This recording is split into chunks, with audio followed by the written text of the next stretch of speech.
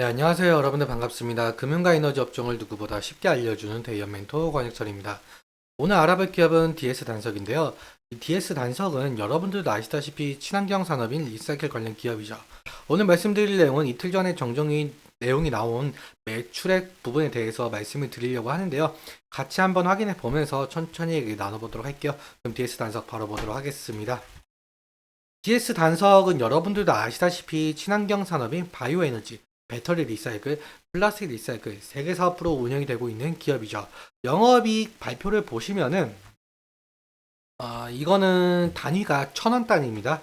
2022년 대비 매출액이 마이너스 5.6% 줄은 것을 보실 수가 있겠고, 그래도 1조 클럽은 좀 지키고 있다라고 볼 수가 있겠네요.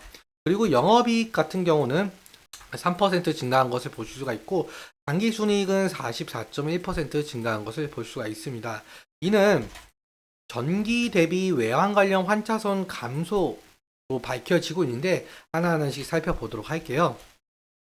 먼저 전기 대비 외환 관련 환차손 감소 부분에 대해서 말씀을 드릴 건데, 환차손은 여러분들도 아시겠지만 환율 변동에 따른 손해잖아요. 이 부분에 대해서는 감소했다는 건 일단은 환차손이 발생한다는 뜻인데, 어디서 환차손이 발생되는지 살펴보도록 하겠습니다. 먼저 바이오 에너지, 배터리 리사이클, 플라스틱 리사이클 모두 내수와 수출을 진행을 하고 있죠. 그런데 내수와 그 수출 비율을 보시면은 거의 그냥 50대 50, 뭐 45대 55 정도로 비슷하게 판매를 하고 있어요. 자, 그러면 제품을 만들기 위해선 원재료도 필요하겠죠. 원재료 부분 좀 살펴보도록 할게요.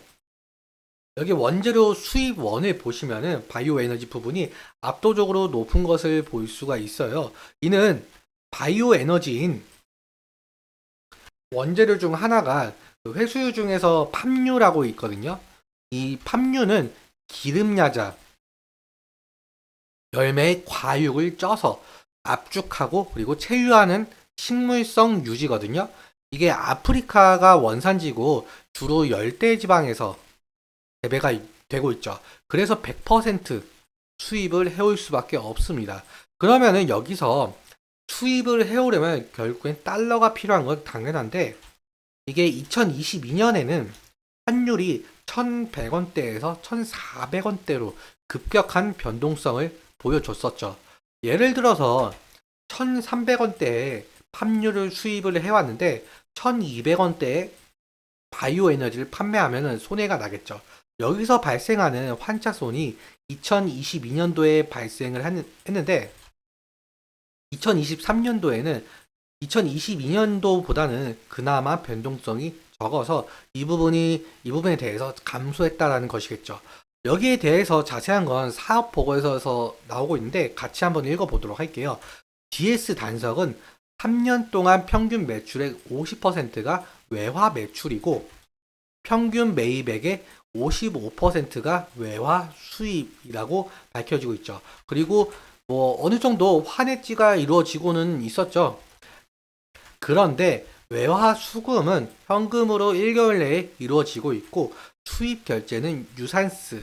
이 유산스는 단기 대출의 일종이에요. 그리고 외화 대출을 이용해서 3개월 단위로 결제를 하고 있다라고 하네요. 즉 DS 단석은 받아야 하는 돈과 내야 하는 돈의 환율 차이로 환율 변동에 노출되어 있다라고 볼 수가 있을 것 같습니다. 뭐 환율 변동 위험을 줄이기 위해서 시중은행과 통화선도 계약을 체결하고 있다라고 하니 이 부분에 대해서는 점차 나아질 것으로 보이고 있죠. 그리고 사실 매출액만 줄었지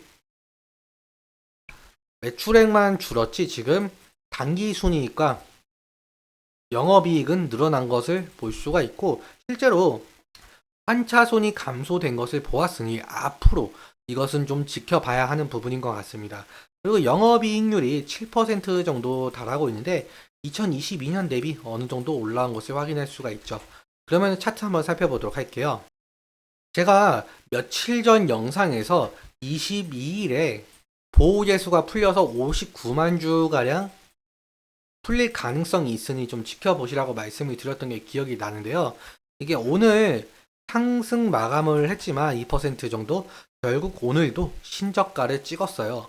이게 의무보호 해체로 주가가 희석될 가능성이 있으니 이 부분에 대해서는 어느 정도 조심하라고 말씀을 드리고 싶고, 그리고 사실 단기간으로 상승하기에는 거래량과 거래 대금이 좀 아쉬운 부분이 나오고 있죠. 제가 DS 단석 첫 영상에서 DS 단석은 리사이클 업체에게 정책과 국제적 협약을 좀 잘 보라고 말씀을 드렸는데, 올해 플라스틱 협약이 구체화되는 만큼 상승 기대감도 살아있는 건 사실이죠. 그리고 투자자별 매매 동향을 보시면은 한번 키워볼게요. 이게 DS 단석이 상장 이후 보시면은 개인분들만 지금 매수를 했거든요. 외인과 기관들은 전부 매도를 진행을 하고, 그래서 첫 상장 이후 가지고 계신 분들도 상당할 거라고 생각을 합니다. 그래서 이는 거래 대금과 함께 물량 소화가 진행이 되질 않으면 매물벽이 계속 지속적으로 막힐 가능성이 있거든요. 그래서 매물 소화가 어느 정도 진행이 되고 있는지 그 부분도 함께 살펴봐야 되는 부분인 것 같습니다. 그럼 오늘 말씀드린 부분과 차트적인 부분은 제 개인적인 견해가 있을 수 있게 여러분들의 주관적인 견해와 함께 투자를 하여 현명한 선택하셨으면 좋겠습니다. 오늘도 시청해주셔서 너무 감사하고 지금까지 멘토 권혁철이었습니다. 감사합니다.